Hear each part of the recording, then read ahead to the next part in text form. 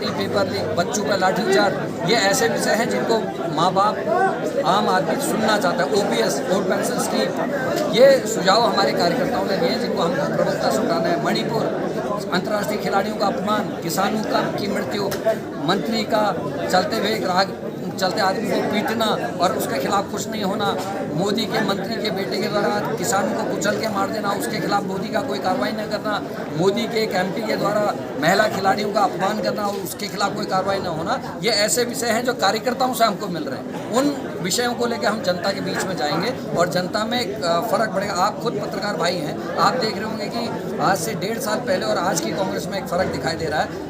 जब 2 बजे के बाद पौड़ी में कोई दिखता नहीं था, पौड़ी में अभी भी लोग रुके हुए हैं, गाड़ियां जा रही हैं, लोग बार बार कह रहे गाड़ियां चले जाएंगे, हम छूट जाएंगे, लेकिन उसके बाद भी कार्यकर्ता में उत्साह बना है और ये संकेत है कि आने वाले समय में 5 के 5 लोकसभा सीटों को कांग्रेस जीतने जा रही है। जिस पौड़ी ने सर्वाधिक मुख्यमंत्री दिए, आज भी उत्तर प्रदेश का मुख्यमंत्री इसी जिले का रहने वाला है, ये हमारे लिए गौरव की बात है। हमारे यहाँ से हेमवती नंदन बहुगुणा जी से लेकर खंडूरी जी से लेकर त्रिवेंद्र से लेकर अनेकों लोग ऐसे हैं जो यहाँ से उस पद पर बैठे हैं। इस पौड़ी से दोबारा से अलग जगह, क्योंकि ये राजनीतिक खून, एक लड़ाकू प्रवृत्ति जिसके अंदर लड़ने की क्षमता, वो खून इस पौड़ी में है।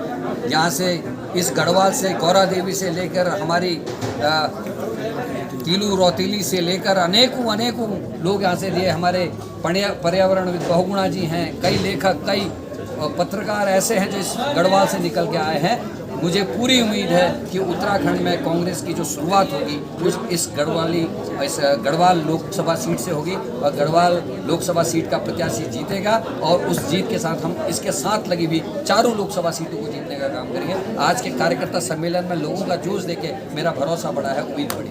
उत्तर नजदीक है, जो आईएस लॉबी है वो आपके साथ दिखाई दे रही है, किस तरह उनका कांग्रेस प्रयोग कर पाएगी? देखिए, उनके पास लंबा अनुभव है। उन्होंने प्रशासनिक तौर पे हरिद्वार में एज ए डीएम काम किया है, अन्य जनपदों में उन्होंने काम किया है। निश्चित तौर पे जो उनका फीडबैक मिलेगा उसको लेकर कांग्रेस आगे चलेगी। साथ में हमारे विधानसभा के पूर्व सचिव यहाँ बैठे हुए थे, आपने देखा होगा, उनका भी बहुत बड़ा अनुभव अपने जीवन का है, उसका लाभ भी हम लेंगे। साथ में हमारे वरिष्ठ जन यहाँ कांग्रेस के कई ऐसे लोग आज मैं देख रहा हूँ जो बोल रहे थे कि हम 10 साल 15 साल से निष्क्रिय हो गए थे, वो भी आज निकल के इस मीटिंग में आए हैं। उससे मेरा भरोसा बढ़ा है कि हम काम करेंगे। उत्तरकाशी में 40 श्रमिक सुरंग के अंदर फंसे हुए हैं, अभी तक कंपनी के खिलाफ कोई कार्रवाई नहीं की, आप लोगों का कुछ कथन? सर, हम लोग लगातार लड़ रहे हैं।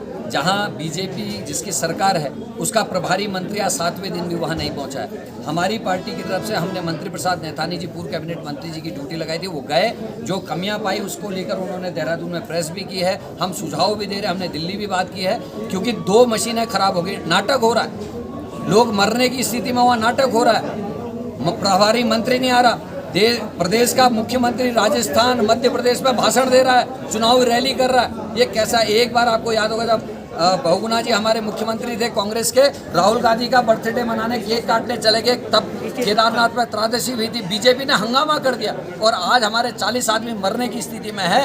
प्रदेश का मुख्यमंत्री प्रदेश छोड़कर बाहर है, एक कैबिनेट मंत्री की ड्यूटी नहीं लगी है और बेशरम अध्यक्ष ये कहता है, बेशरम अध्यक्ष जिसकी अपनी विधानसभा में 17 लोग करंट से मर गए, दूसरे दिन गया, जिसके यहाँ जोशीमठ में ऋणी की घटना घटी, वो विधायक रह गए, कुछ नहीं कर पाया, जिसके यहाँ जोशीमठ टूट गया, वो जोशीमठ भी 7 दिन बाद गया और आज जब करण मेहरा का बयान आया कि मंत्री नहीं गए, वो कहता है मंत्री नहीं, वहाँ टेक्नीशियन चाहिए। अरे टेक्नीशियन चाहिए तो फिर सरकार की जरूरत क्या है, फिर कोर्ट की जरूरत है क्या है? हर चीज़ में आप कोर्ट क्यों जाते हैं? फिर आप हर चीज़ के लिए टेक्नीशियन के पास क्यों जाते हैं? जाके उसको संचालन करना, आपस में कोऑर्डिनेशन करने का काम सरकार का है और सरकार मंत्रिमंडल के साथी होते हैं। क्यों नहीं प्रभारी मंत्री वहाँ गए? उससे प्रश्न पूछने के बजाय कि प्रभारी मंत्री जी आप घटनास्थल पर क्यों नहीं गए, कांग्रेस को दोष मर रहे हैं, तो ये बीजेपी का अंत होने का समय है। ऐसा लगता है रावण जैसा अहंकार भारतीय जनता पार्टी और इसके अध्यक्ष को आ गया है।